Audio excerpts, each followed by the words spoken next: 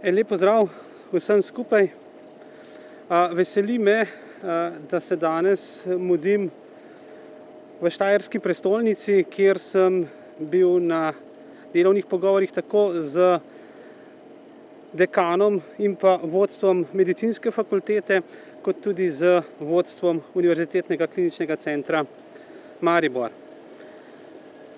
Ob pogovorih na medicinski fakulteti smo ugotavljali, da medicinska fakulteta Maribor v naslednjem letu prevzema pomembno dodatno število vpisnih mest na področju medicina. Tako sedajšnje število 86 povečuje na 106, kar hkrati pomeni, da z pravilom vpisa vseh študentov, ki imajo enako število točk na zadnjem mestu, praviloma računamo celo do 120 oziroma 130 študentov medicine.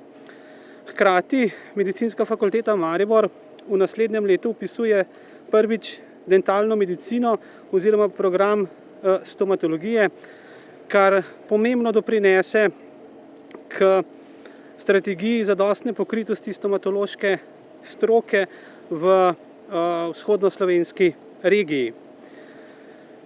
Hkrati sem se seznanil tudi z načrti, da v letu 2022 prvikrat na medicinski fakulteti v Mariboru vpišejo tudi študij farmacije in glede na situacijo, v katerem je danes zdravstvo in pa vse vezano nanj, seveda Ministrstvo za zdravje podpira te prizadevanja, da medicinska fakulteta v Mariboru razpiše te programe. Seznanil sem se tudi s potekom podiplomskega izobraževanja in lahko ponosno ugotovim, da je na medicinski fakulteti zaključilo podiplomsko izobraževanje že praktično 130 podiplomskih študentov oziroma smo dobili ravno toliko doktorjev znanosti. Hkrati naj izpostavim, da je bilo na Ministrstvu za zdravje v zadnjih dneh podpisan tudi sklep o razpisu specializacij za letošnje leto, kjer razpisujemo na novo 258 specializacij, 167 za znanega izvajalca in pa 91 za nacionalnega, bomo rekel, izvajalca oziroma nacionalni razpis. Hkrati pa tudi 8 specializacij iz področja stomatologije in od prej omenjenih 258 specializacij na področju medicine je razpisanih kar 55 mest za družinsko medicino. Hkrati z vsem povedanim pa seveda v medicinski fakulteti Maribor lahko vsi skupaj ugotovimo, da se njihove potrebe oziroma vpisna mesta večajo za 50 in več procentov in hkrati s tem se seveda pojavlja stiska umeščanja infrastrukture na tem področju oziroma prepotrebnih prostorov in pa pogojev za izvajanje teh programov srednje in dolgoročno. Na prvem mestu bi rad pozval mestno občino Maribor, da na področju medicinske fakultete Maribor in pa kliničnega centra Maribor pristopi z ekipami v ustrezno umeščanje programa zdravstva in programa izobraževanja oziroma pedagoške dejavnosti na področju ali pa na kampusu kliničnega centra Maribor, kajti nekdaj za to rezervirana zemljišča ta trenutek niso več temu namenjena oziroma se ne uporabljajo v tej smeri in seveda zato je prav, da na področju urbane ureditve se srednje in dolgoročno planira zadostne kapacitete za, kot vidite, ta trenutek eno najpomembnejših dejavnosti v družbi, ki pa seveda ne more brez ustreznega izobraževanja.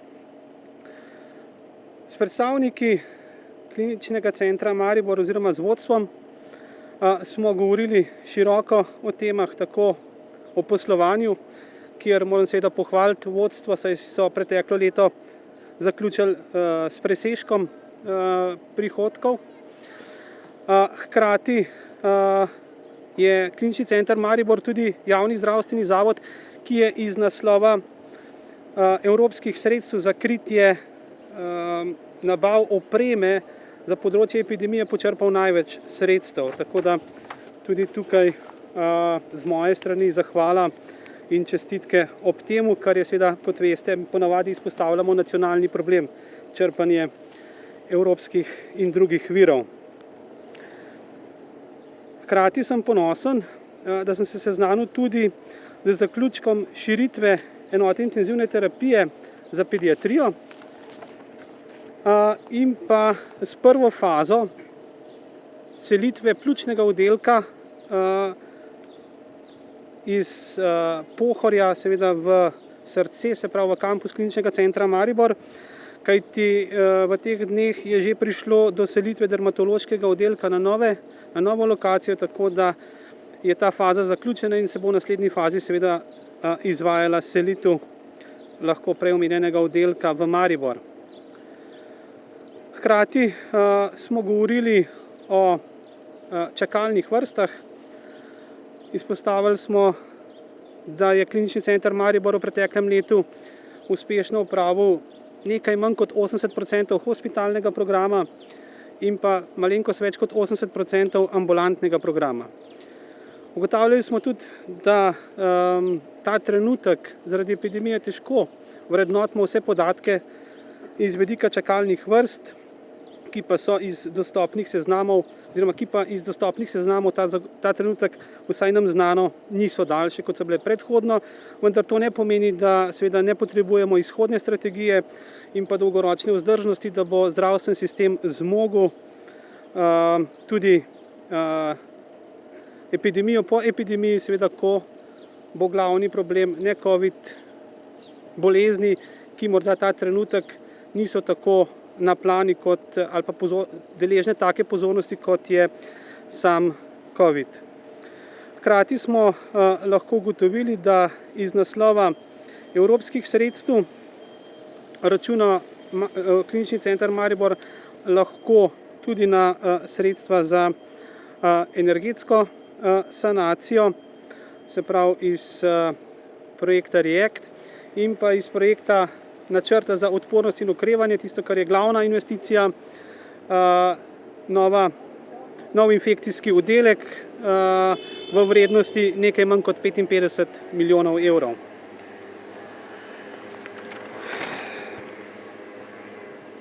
Govorili smo tudi o epidemiološki situaciji v regiji in pa v kliničnem centru. Dejstvo je, da v kliničnem centru imajo največjo stisko za zagotavljanje zadostnega števila tako COVID kot ne COVID intenzivnih postelj, seveda na prvem mestu z vidika zadostne infrastrukture in opreme, po drugi strani pa tudi z vidika zagotavljanja zadostnega števila kadra, predvsem medicinskih sester in pa anesteziologov, ki delajo v teh enotah. Na današnji dan je bilo v kliničnem centru Mariboru, mislim, da 111 pacientov na navadnih COVID posteljah in pa 22 v intenzivnih posteljah, kar pomeni, da je še, mislim, da 19 prostih postelj na COVID oddelku in pa 2 prosti postelji ta trenutek v enoti intenzivne terapije. Ko smo se pogovarjali o prostorskih stiskah tako medicinske fakultete kot tudi Kliničnega centra Maribor, seveda nismo mogli mimo kadrovske problematike. Ta je še posebej pereča na področju zdravstvene nege, vendar vsi skupaj smo lahko ugotovili, da v zadnjem času na področju zdravstvene nege ni bilo več odhodov kot prihodov, tako da številka z vidika zagotavljanja medicinskih sester v Kliničnem centru Maribor v zadnjem času relativno enaka. Pogovarjali smo se tudi o rešitvah, kako zagotoviti zadosti kadra iz vseh področji in eden od teh korakov je zagotovo povečanje oziroma zadosten vpis na ključnih programih in to smo govorili z dekanom v okviru medicinske fakultete. Zagotovo pa imamo izzive na področju nagrajevanja oziroma zakona o sistemu plač v zdravstvu in pa izzive na področju vodenja. Kar se tiče samih razmer v Kliničnem centru Maribor, katerim smo bili priča raznim informacijam v javnosti, dejstvo je, da je na predlog ministra za zdravje vlada prejšnji četrtek imenovala 3 nove predstavnike v svet zavoda in predstavniki sveta zavoda, ki zastopajo v tem svetu zavoda vlado, sem se že sestal v ponedeljek. Ugotovili smo, da je glavni cilj sveta zavoda, da spremlja delovanje kliničnega centra in stremi k realizaciji njegove vizije oziroma strategije. In tisto, kar je najpomembneje, da je svet zavoda organ, en od 4 organov javnega zdravstvenega zavoda Univerzitetni klinični center Maribor, ki vodstvu, strokovnemu direktorju in pa strokovnemu svetu pomaga uresničevati vizijo in je enako proaktiven. Toliko zaenkrat z moje strani. Hvala.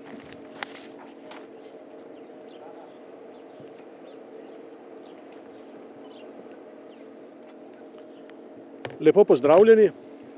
Medicinska fakulteta Univerze v Mariboru kot družbeno odgovoren subjekt sledi potrebam družbe in tudi usmeritvam vlade. Zaradi tega smo povišali vpis na splošno medicino v letu 2021 za predvidenih 20 študentov, kar bo na koncu rezultiralo, kot je že gospod minister dejal, v okoli 25 več študentih splošne medicine in novega študijskega programa 20 vpisnih mest za dentalno medicino, ki bo tudi rezultiralo v približno 25 novih mestih za študij dentalne medicine v Mariboru.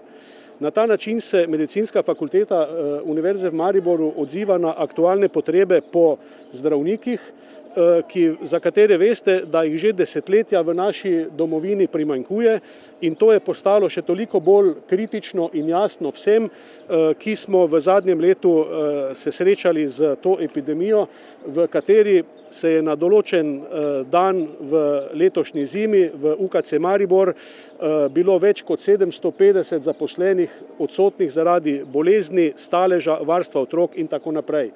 Torej, naša zaveza je, da bomo izobrazili kvalitetne zdravnike v še večjem številu, vendar kapaciteta medicinske fakultete Univerze v Mariboru je približno 100 mest na leto. Trenutno smo torej na 125 študentih splošne medicine in 25 študentih dentalne medicine, kar pomeni 50 študentov več, kot so naše trenutne prostorske kapacitete.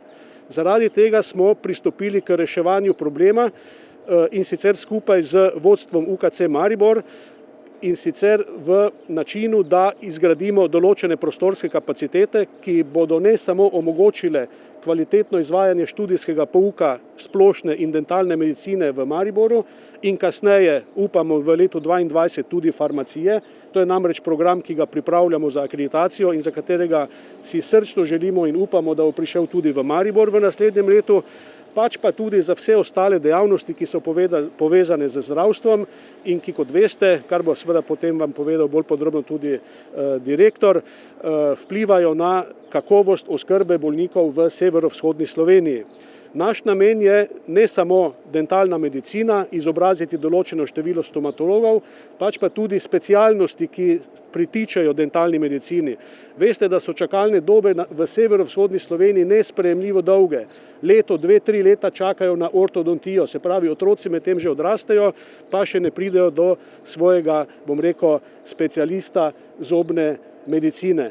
Temu mislimo v 5 do 10 letih narediti konec, ravno z tem projektom, ki ga je seveda podprlo tudi Ministrstvo za zdravje in Ministrstvo za šolstvo, za kar smo jim seveda tudi iskreno hvaležni. Nadaljni projekti, ki se tičejo medicinske fakultete Univerze v Mariboru, so seveda uvedba pouka v angleškem jeziku, za kar seveda bomo potrebovali še dodatne kapacitete, kajti veste, da je v letošnjem letu bilo zanimanje za študij medicine približno 3-krat večje, kot pa so naše možnosti vpisa. Podobna je situacija tudi seveda na študiju dentalne medicine. Zakaj študij angleškega pouka? Vsakodnevno spremljamo propade gospodarskih družb, seveda to se še ni končalo, danes slišimo 500 brezposelnih v Ormožu, jutri 450 v Slovenj Gradcu, še dodatnih 170 in tako naprej iz dneva v dan, iz tedna v teden in vemo, kaj nas bo čakalo verjetno do jeseni in seveda tudi do prihodnjega leta.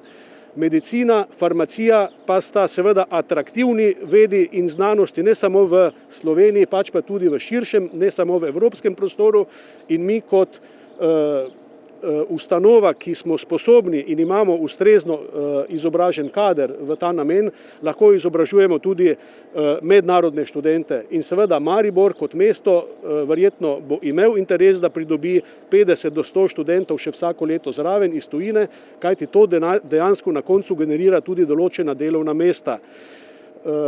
Toliko o naših, bi rekel, srednjeročnih načrtih. Dolgoročni načrti so tesno povezani z razvojem UKC Maribor. Lahko vam ponosno povem, da so tako Senat Medicinske fakultete Univerze v Mariboru, kakor tudi strokovni svet UKC Maribor nedavno sprejeli sklep, da gremo v vse te projekte skupaj, torej Medicinska fakulteta in UKC Maribor skupaj, v pridobivanje in seveda koristnejšo izrabo določenih zemljišč, ki nam jih je ponudila že v letu 2021 mestna občina Maribor, vendar je potem zaradi jesenskega in zimskega vala epidemije nekoliko ta dejavnost zastala, saj smo se morali vsi intenzivno ukvarjati z reševanjem akutne zdravstvene problematike. Vi veste, da tudi razmere v UKC-ju niso idealne, kar se tiče prostorov. Sam sem osebno predstojnik klinike za ginekologijo in perinatologijo, ki sedaj že v drugem letu deluje na dislocirani lokaciji, brez 2 operacijskih dvoran, ki jih dejansko nam širokosrčno nudijo kirurgi, pa vendar moramo vedeti, da to, kar oni ponudijo nam, dejansko potem manjka njihovim pacientom in na ta način seveda se čakalne dobe podaljšujejo, zdravstveno stanje se slabša in seveda tega si v bodoče ne želimo. Zato smo pripravljeni se soočiti s temi izzivi, pripravljeni smo konkurirati za evropska sredstva, za državna sredstva in vsekakor strniti vrste na področju zdravstva, zdravstvene nege, farmacije in vseh ostalih dejavnosti, ki bodo na koncu nekoliko izboljšali zdravstveno oskrbo prebivalstva v severovzhodni Sloveniji in pa seveda tudi širše. Hvala lepa.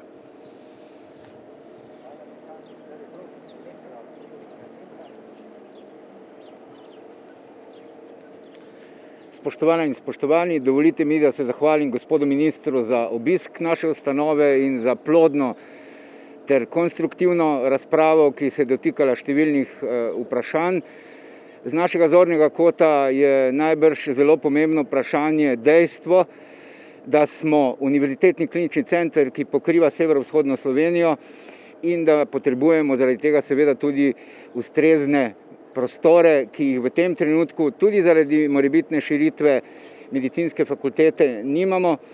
Potrebno je vedeti, da del pouka v zadnjih letnikih medicinske fakultete poteka v naši ustanovi in da je to tudi eden izmed izzivov. In potrebno je seveda povedati tudi to, da ko bomo govorili o tako imenovani izhodni strategiji, kar pomeni recimo, da se bo stanje pandemije spravilo na takšno raven, da bomo lahko začeli normalno zdraviti, tako kot pred samo pandemijo, bomo dejansko seveda znova potrebovali neke dodatne prostore in pa tudi dodatno tehnologijo. Težav, ko gre za sedanjo infrastrukturo znotraj recimo prostora UKC-ja je izjemno veliko in v preteklosti te težave niso bile rešene.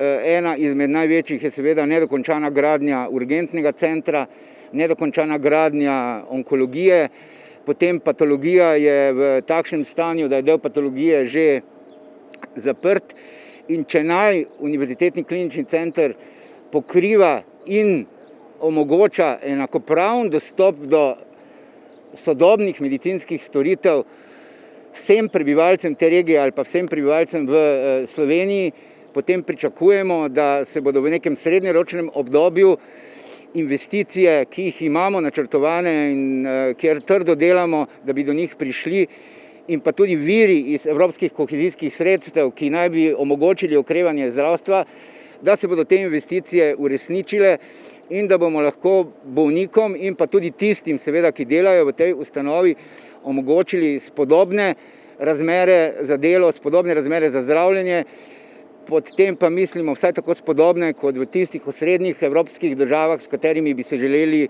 primerjati. Če pa govorimo o sedanjem stanju, kjer smo še vedno v obdobju pandemije in kjer ne vemo, kako se bodo pravzaprav številke gibale, naj povem, da smo vse slovenske bolnišnice v zelo dobri koordinaciji, tudi z ministrstvom, na ta morebitni naslednji val, še enkrat, ki si ga ne želimo, zelo, zelo dobro pripravljene, ga bomo zmogli glede na gibanja same epidemije ali pandemije, pa seveda je težko napovedovati, kdaj se bo to zgodilo, ampak v vsakem primeru, če govorimo zgolj o tem, smo na to zelo, zelo dobro pripravljeni. Še enkrat želimo pa si, da bi te obljubljene investicije in pa tisto, kar so zelo, zelo pereče točke v naši ustanovi, ki vplivajo na zdravljenje ljudi v severovzhodni Sloveniji, da bi se to vsaj v srednjeročnem obdobju uresničilo, in to je za našo ustanovo izjemno pomembno. Hvala lepa.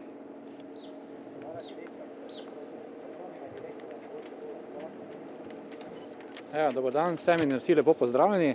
Tudi v mojem imenu prisrčna hvala gospodu ministru za obisk.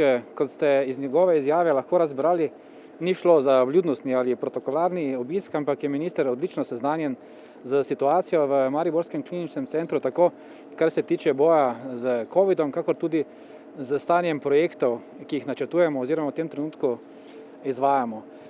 Zelo važno se mi zdi, da smo natančno definirali problematiko na vseh področjih in zastavili skupno pot, kako to reševati. Namreč sodelovanje med ministrstvom oziroma državo in pa z kliničnim centrom je bistveno, namreč sinhrono delovanje pripelje do jasno boljših rezultatov.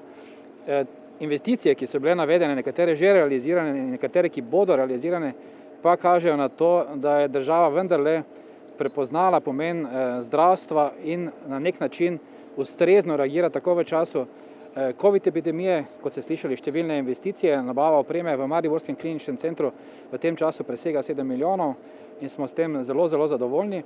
In pa seveda tudi načrtovanje v prihodnje. Številke, ki jih pa, kar se tiče epidemije, vsak dan seveda pokažemo. Vidite, drugi val je bil izjemno visok. Zdaj smo v fazi nekakšnega vrtinčenja, ampak številke, s katerimi smo seznanjeni, pa kažejo, da lahko pričakujemo v prihodnjih dneh bistveno povečanje števila pacientov v bolnišnici, tako na akutnem oddelku, še posebej pa v intenzivni terapiji, na kar smo pripravljeni in bomo seveda ustrezno ukrepali. Hvala lepa vsem.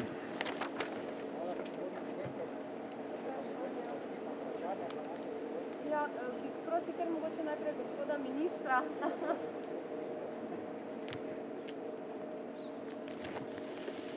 Gospod minister, morda najprej to vprašanje, zdaj je nekako črno na belem, da smo v Sloveniji naročili zgolj 80% od Pfizerjevega cepiva. Zakaj? To pomeni zdaj v bistvu 52% precepljenost do sredine poletja. Kako bomo skušali to povečati v Sloveniji in pa kdo menite, da je odgovoren za to situacijo in ali se sploh lahko da kaj še storiti na tem področju? Hvala za vprašanje.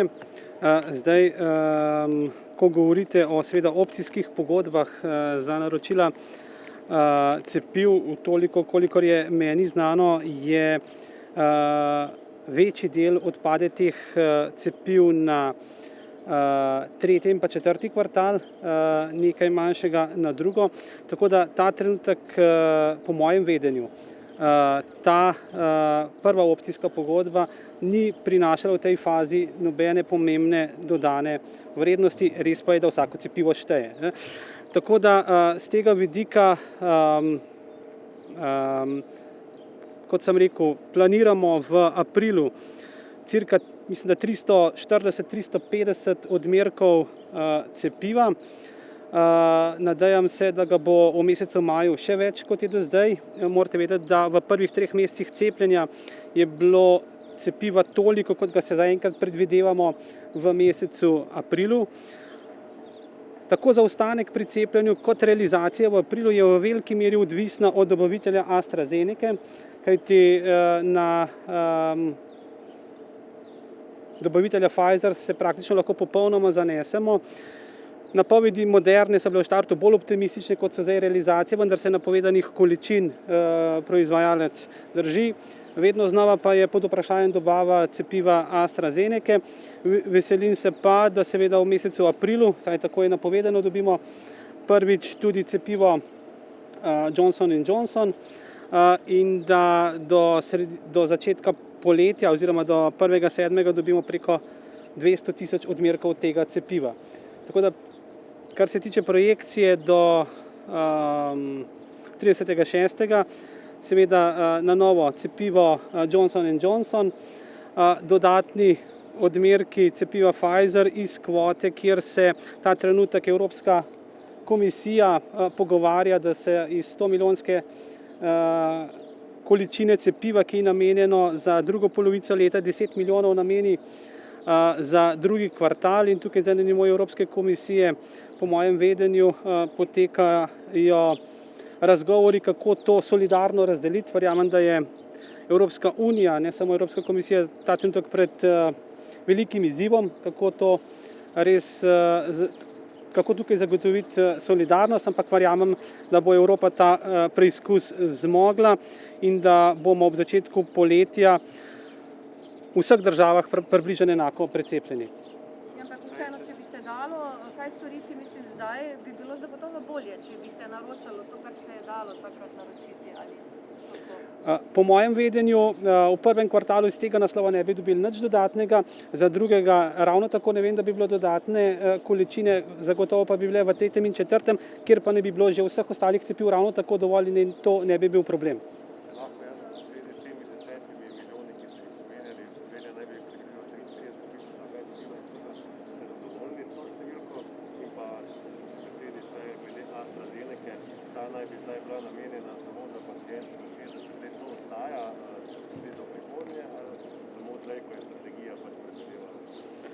Hvala za vprašanje.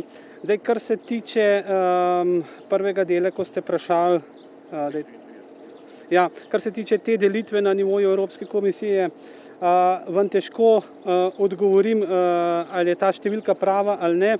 Jaz verjamem, da se naši predstavniki tam pogovarjajo z predstavniki ostalih držav na podlagi jasnih, bom rekel, in pa nedvoumno transparentnih izhodišč, je pa seveda kar, kolikor je meni poznano, odvisno od tega, koliko bo namenjeno tistim državam, ki najbolj zaostajajo, in pa potem seveda razlika za ostale oziroma ostala delitev po ključu prorata. Tako da končne številke ne poznam to kot vi, kot neko izhodišče. Nadejam se in zaupam in tisto, kar je najpomembnejše ta trenutek za Evropo, da je ta razdelitev solidarna in da ob začetku poletja smo na enakih procentih precepljenosti širom po Evropi in da vsa Evropa čim prej doseže kritično precepljenost, se pravi 60%. Kar se pa tiče AstraZeneca in pa skupine za cepljenje pri Nacionalnem inštitutu za javno zdravje, naj pa povem, da seveda lahko ugotovim in pozdravljam vse previdnostne ukrepe strani skupine za cepljenje in lahko rečem, da ta trenutek v ničemer ta odločitev oziroma priporočilo te skupine za cepljenje ne spremeni naše strategije, kajti pričakujemo, da bo v naslednjih 14 dneh prišlo do dodatnih navodil oziroma podatkov strani Evropske agencije za zdravila, se pravi EME, ki bo podala nadaljnje usmeritve, ali naj nadaljujemo z cepljenjem tudi normalno, tako kot smo zdaj pri mladih, ali ostaja cepivo rezervirano za starejše od 60 ali kako drugače, ampak ta trenutek nadaljujemo z cepljenjem po tako strategiji, ki se ta trenutek ujema tudi s priporočilom te skupine za cepljenje in hkrati lahko ugotavljam, da za drugi odmerek cepljenja za AstraZeneco, ki je po 9 do 12 tednih, lahko premaknemo na 12 teden in ravno tako počakamo ta odločitev in potem zavzamemo skupno stališče, da bo seveda izvedba cepljenja najbolj varna in učinkovita za vse.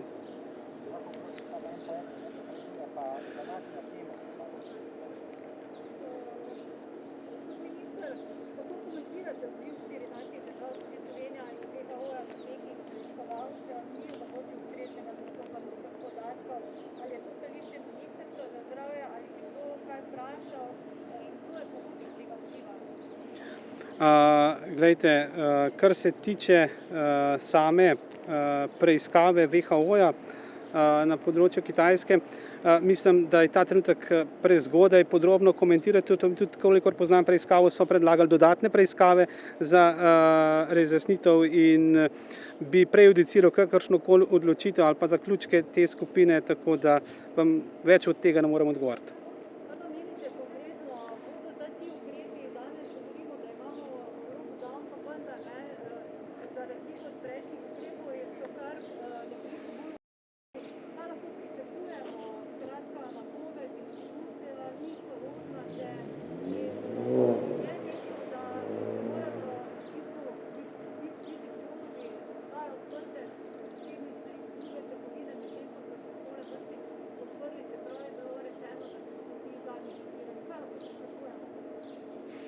Hvala za vprašanje. Seveda situacija v državi z vidika epidemije ni lahka, ne. Svetovalna skupina je že dober teden nazaj ugotovila, da je trend tak, da korakamo v nek nov val, ali ga imenujemo tretji val ali britanski val, je popolnoma vseeno in dejstvo je, da je svetovalna skupina zavzela stališče, da je potrebno sprejeti in uveljaviti nekoliko strožje ukrepe. Kar se tiče šol in pa vrtcev, dejstvo je, da so v teh ustanovah zagotovljeni delo oziroma varstvo otrok, vkolikor starši delajo v kritični infrastrukturi, ampak po drugi strani pa sicer lahko ugotovimo, da šole delajo na daljavo, tako kot so prej pred samim odprtjem in tudi nadejamo se, da jih seveda kakor se da hitro oziroma 12. odpremo in hkrati v tem tednu si močno prizadevamo, da pride do prve izvedbe in uveljavitve tudi samotestiranja, s katerim bi lahko bolj trajno ohranjali odprte vse dele šolstva. Kar se tiče samih ukrepov, lahko sem sam danes na poti v službo ugotavljal, da je bilo nekaj manj prometa na sami avtocesti, bilo je pa središče Ljubljane prazno, tako da upravni deli so zagotovo vstopili k izvajanju samih odlokov in pa priporočil maksimalno, kot se da. Razumem pa, da morda vsi ta trenutek ne morejo 100% ustaviti proizvodnje, ker imajo pogodbo z nemškim podjetjem in morajo dostaviti določene količine dela in od tega zavisi njihov nadaljnji posel in pa delovna mesta, kot tudi verjetno v neki toplarni ne morejo čez noč ugasniti peči in morajo do določene mere postopno priti do teh postopkov. Skratka, tisto, kar je najvažnejše ta trenutek, je, da ukrepi so, bom rekel, toliko eksaktni, da predvidevamo, da bodo omejili epidemijo. Kljub temu vam lahko že danes povem, da bom vesel, če bodo 11. oziroma 12. take številke, kot so danes. Ja, po vseh projekcijah bodo večje. Vendar mi moramo zaupati v pravilno in zadostno izvajanje ukrepov, za katere smo se dogovorili in temu potem seveda v nadaljevanju šele z zamikom, ker vse v epidemiji se dogaja 14 dni ali pa en mesec z zamikom, odvisno o katerih parametrih epidemije govorimo, se pravi, pričakujemo nadaljnji upad epidemije. Vi ste me vprašali, če so ukrepi premili, nekateri pravijo, da so prestrogi, tako da dejstvo je, ali pa važno je tisto, kar predlaga stroka in tega mislim, da se, kolikor se le da, držimo oziroma smo sledili njenim priporočilom. Kar se tiče mask in nošenja na prostem, dejstvo je, da Svetovalna skupina tega ni eksplicitno predlagala, je pa res, da sem jaz govoril s člani svetovalne skupine posameznimi in da načeloma v večinskem delu svetovalna skupina ni bila proti nošenju mask. Gre pa za ključno to, da se zavedamo, da do prenosa virusa pride kapljično, se pravi z govorjenjem in kako drugače, ko to kapljico z virusom prenesemo na našega sogovornika ali bližnjega, ali pa aerogeno. In tukaj je ključno, saj po študijah tudi 80% zmanjšanje verjetnosti prenosa z uporabo maske, zato verjamem, da tudi širša stroka, tudi tukaj imamo strokovnjake, pa jih lahko poprašamo, kaj si mislijo o samem nošenju mask. Tako da ta trenutek verjamem, da se vsi s tem ne strinjajo, verjamem pa, da večji del zastop, da pomembno lahko pripomore k zmanjšanju števila okužb. Je pa tudi pomembno, da bom rekel, življenje za rekreacijo in pa gibanje na prostem nismo omejili s tem in razumemo življenjsko situacijo in seveda v tem primeru maska ni potrebna.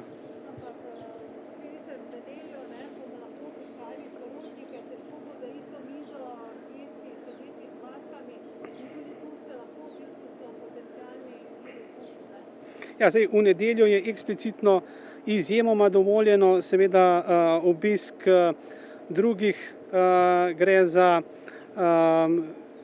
se pravi možnost srečanja dveh družin oziroma največ 5 odraslih, kar ni nek velik mehurček oziroma potencial za okužbe.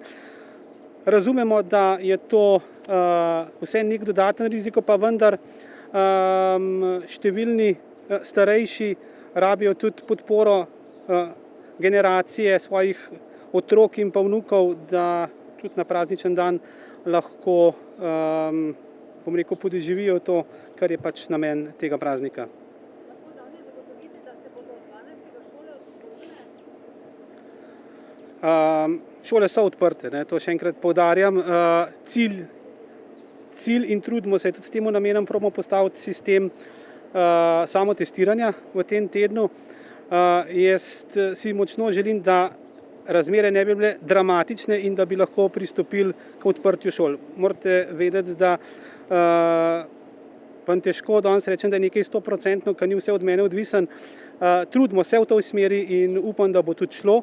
Vse bomo naredili v tej smeri, zato vse prosim in še enkrat pozivam, da dogovorjene ukrepe izvajajo, kar se da resno, odgovorno in solidarno do vseh, ki smo tukaj.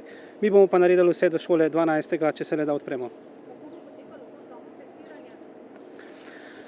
Samotestiranje je pač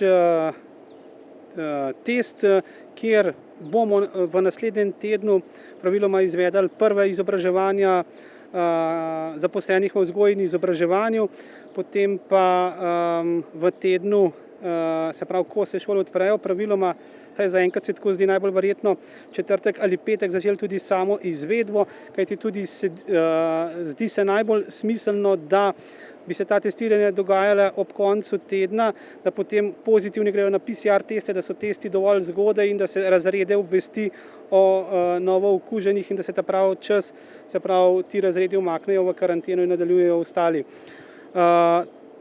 Ta trenutek naše službe na Ministrstvu za zdravje in pa na Nacionalnem inštitutu za javno zdravje ravno tako probajo postaviti nek, bom rekel, film oziroma videoposnetek, s katerim bomo tudi to izobraževalno vsebino podali učencem in dijakom, ki naj bi uporabljali te teste. Cilj je, da najprej morda poskusimo v srednjih šolah in potem v 3. triadi osnovne šole. Ja, še imam eno res čisto kratko vprašanje. A lahko samo malo počakate, prosim, da ne gremo en prek drugega. Pa prosim, da se osredotočimo na današnji delovni. Z veseljem, ampak čisto kratko, gospod minister, da ne bo kakšnih nesporazumov, če lahko v kratki številki odgovorov poveste, koliko cepiva imamo torej zdaj naročenega v Sloveniji? Tisto, kar vam lahko povem, je to, se pravi, cepiva, mislite za celo leto? Ja, torej te številke, ki lahko date? Mislim, lahko tisto, kar ta trenutek vemo, vemo, da je bilo do konca marca dobavljenega okrog 400 tisoč cepiv, da je v mesecu aprilu planiranih ta trenutek, mislim, da 346 tisoč cepiv 4 proizvajalcev, največ Pfizerja, nekaj pod 200 tisoč, potem AstraZeneca, mislim, da 141 tisoč, potem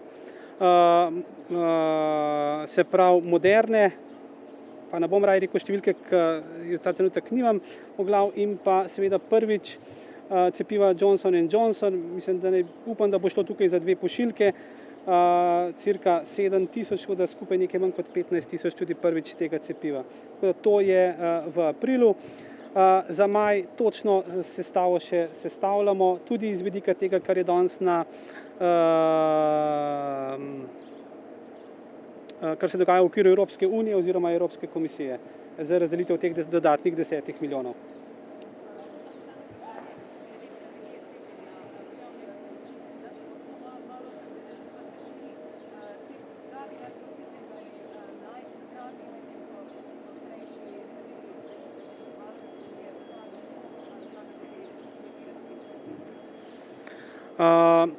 Kar se tiče strategije cepljenja, je seveda ta jasna in tudi strategijo cepljenja predlaga minister za zdravje in jo kot tak tudi lahko edini razlaga. Seveda pa se je v naši družbi večkrat zgodilo, da so si jo ljudje razlagali sami in žal tudi napačno. Zato je bilo treba to strategijo, tako kot sem že povedal, v prejšnjem tednu narediti zapisati na način, da jo seveda zastopimo vsi enako, se pravi, ta trenutek je cilj precepati vse do 60. leta oziroma starejše od 60 let, tudi zato, da ne bo kakršnihkoli dilem, kdo je zdaj na vrsti za cepljenje, ko bomo to skupino pocepali, po celi Sloveniji bomo šli na naslednjo skupino. Hkrati naj povem, da če pogledate številke o cepljenih skladno z velikostjo regij, statističnih, lahko ugotovite, da jih je 8 praktično z enakimi številkami, se pravi enakim povprečjem, 4 pa izstopajo, 2 navzgor, 2 navzdol, tako da in tukaj je že dodatne razgovore sem včeraj opravil z novim vodjem zdravstvenega inšpektorata, ki bo pogledal razloge za ta odstopanja in seveda računam, da v prihodnje se te razlike stopijo oziroma da bomo imeli vsi enake odstotke. Hvala. Slišali veliko o mobingu, šikaniranju, ki se dogaja v UKC Maribor, tudi o nesoglasjih s svetom zavoda. Ali vodstvo bolnišnice še oziroma uživa vašo 100-odstotno podporo, koliko ste seznanjeni s tem dogajanjem?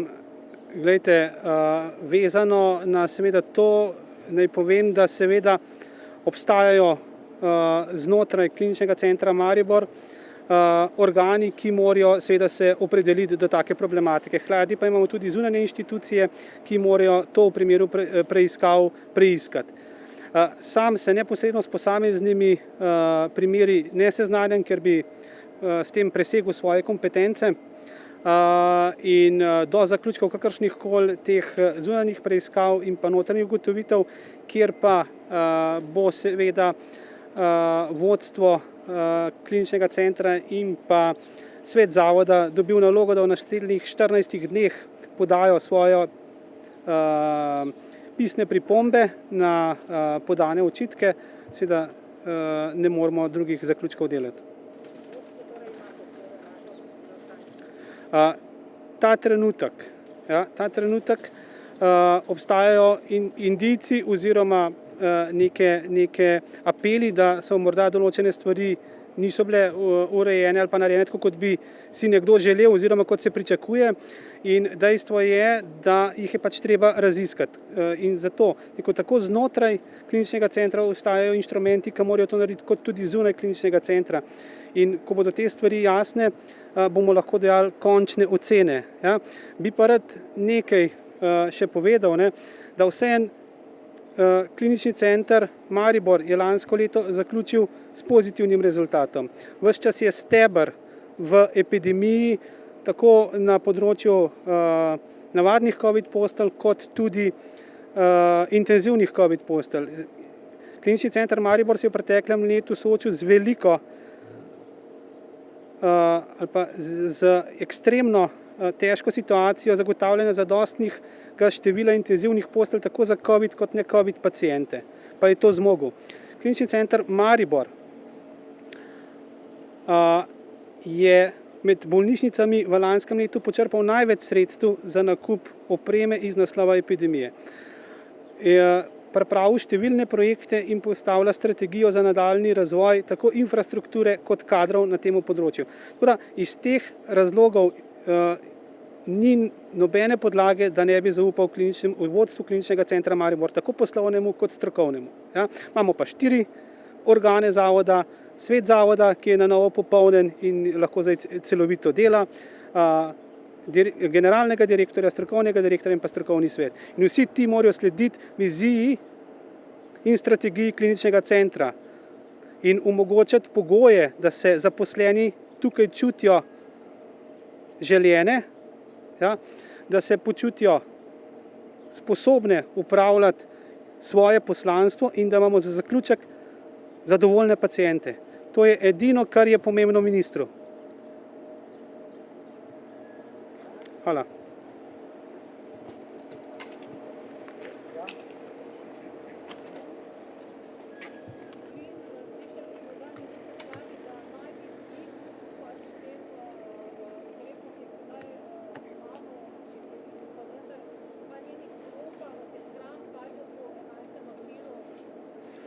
Stroka se sooča z dano situacijo in poskuša odreagirati na najboljši možni način.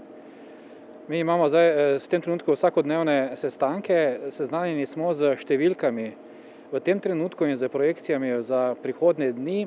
Težko rečem tedne, ker je to skoraj nemogoče napovedovati v tem trenutku, ampak imamo operativni načrt za primer večanja števila pacientov, tako akutnih kot tudi intenzivnih. To pričakujemo.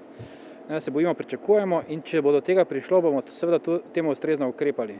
Okrepili bomo ponovno ekipe, povečali število postelj za COVID paciente, tako na intenzivni kot za akutni del in seveda ustrezno zdravili paciente, pri čemer pa nikakor ne želimo zanemarjati ne COVID pacientov, delamo ves čas na vso moč, kolikor le nam dopuščajo kadrovske in prostorske kapacitete z ne COVID pacienti.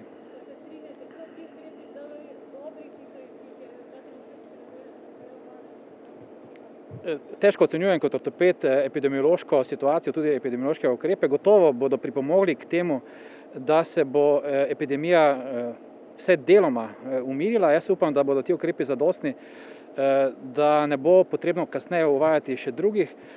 Seveda pa noben ni prerok, veste, da v številnih državah so sprejeti različne stopnje ukrepov. Samo ocenjujem, da so v tem trenutku primerni, čas bo pa pokazal, ali imam prav ali ne.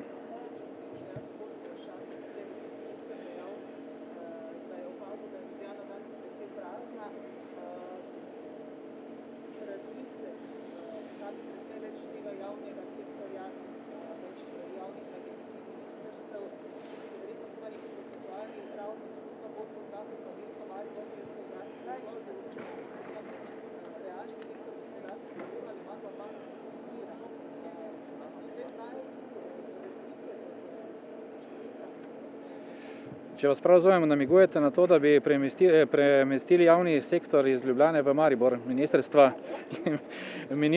in ambasade in tako naprej. Mogoče je to. Ne, gotovo, imate prav, ne. Kakšna je pa tu rešitev, pa seveda ne znam povedati, ne.